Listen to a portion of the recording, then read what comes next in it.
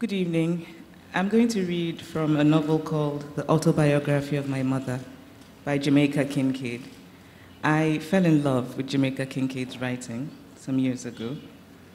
And in some ways, I wanted to read this book because I think that she writes about pain and sadness and searching for love in the most musical and poetic and rich and sensual way.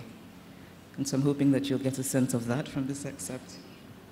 My mother died at the moment I was born, and so for my whole life, there was nothing standing between myself and eternity. At my back was always a bleak, black wind.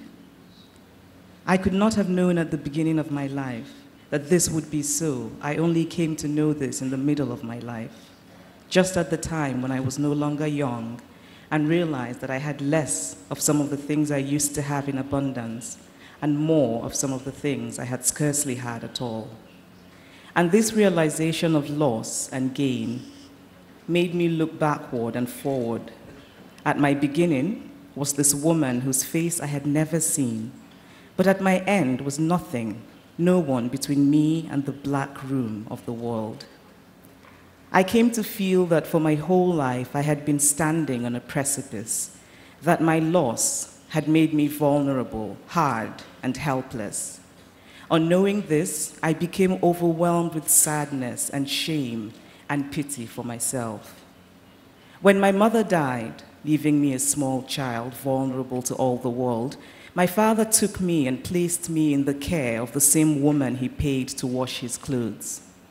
It is possible that he emphasized to her the difference between the two bundles. One was his child, not his only child in the world, but the only child he had with the only woman he had married so far. The other was his soiled clothes. He would have handled one more gently than the other. He would have given more careful instructions for the care of one over the other.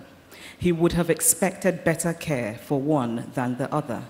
But which one, I do not know, because he was a very vain man. His appearance was very important to him. That I was a burden to him, I know.